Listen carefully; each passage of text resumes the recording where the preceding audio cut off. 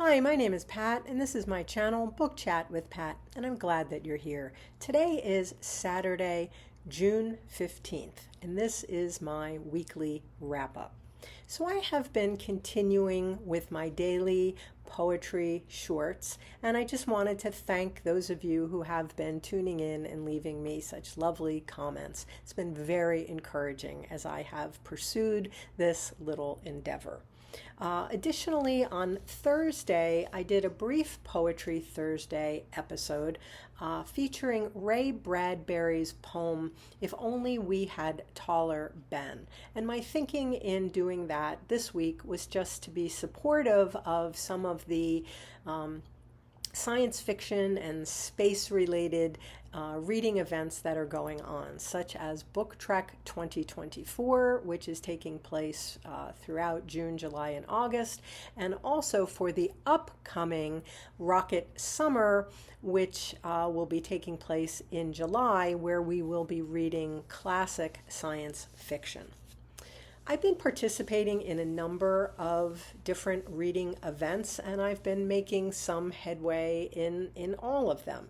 I have talked in a couple of videos about my participation in the James Joyce Ulysses Read Along, which is being hosted by Greg at Another Bibliophile Reads and by Alan at Big Hard Books and Classics.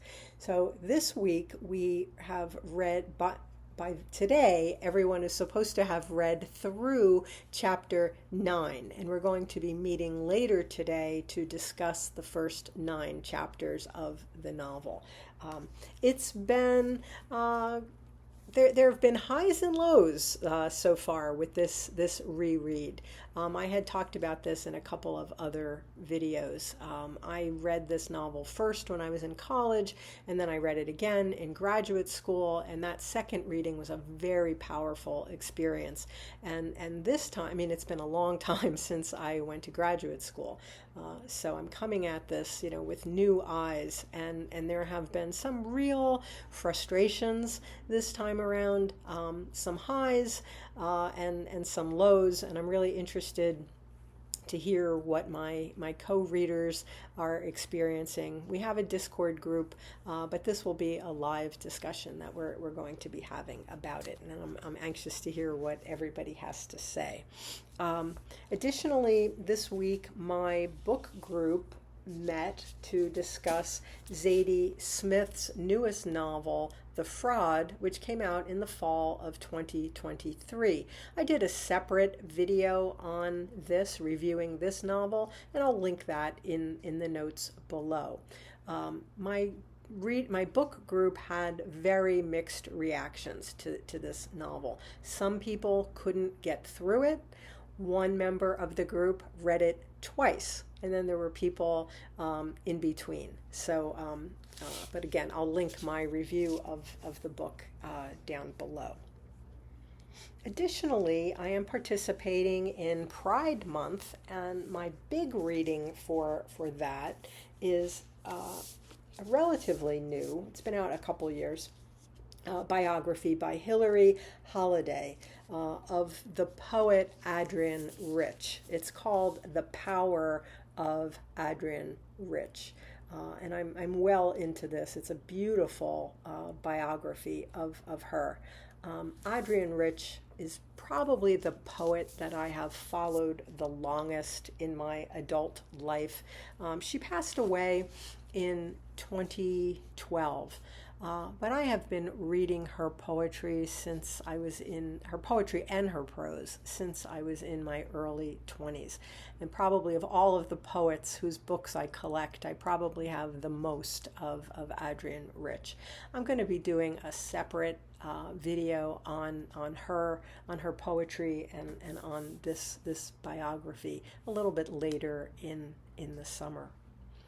All 3 of these books, The Power of Adrienne Rich and Zadie Smith's The Fraud and James Joyce's Ulysses, all 3 of these count toward my participation in the big Books of Summer read along, sponsored by the lovely Sue Jackson. All you have to do to participate in Big Books of Summer is to read a book of 400 pages in length between Memorial Day and Labor Day.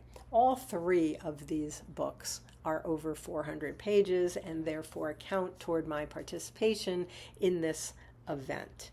I'm also participating in June on the Range, where we're reading Westerns.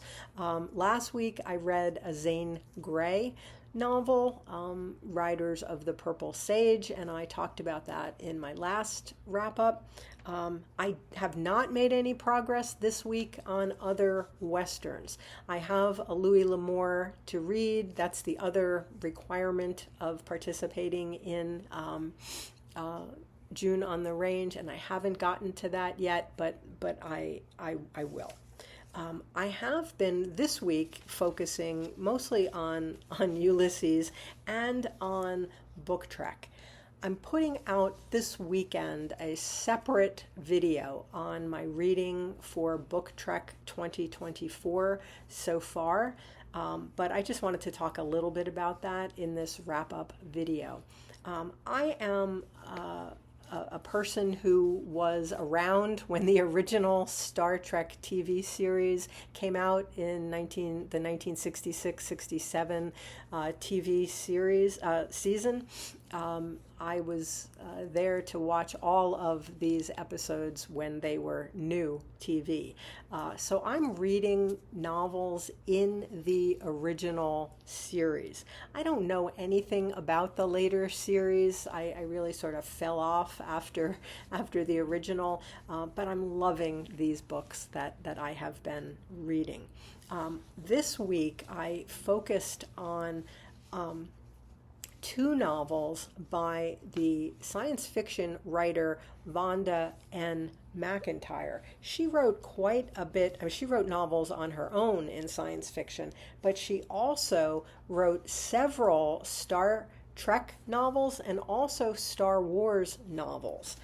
She passed away in 2019. This week I read her novel, The Entropy Effect, which is the number 2 novel in the Pocket Books series that was released on the original Star Trek, about the original Star Trek cast.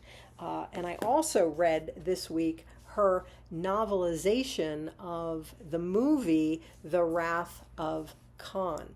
I believe this was the first of the novelizations that she wrote. She also wrote the novelizations for the third and fourth movies in the series as well.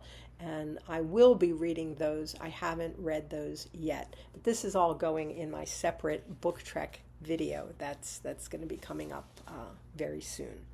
And then finally, I just wanted to talk briefly about a book that just arrived on my doorstep this week that I am so excited about. This is the book that I was looking for during Mental Health May. So I'm going to be reading it in my extension of Mental Health May into Mental Health June. And this book is The Connection Cure by Julia Hotz.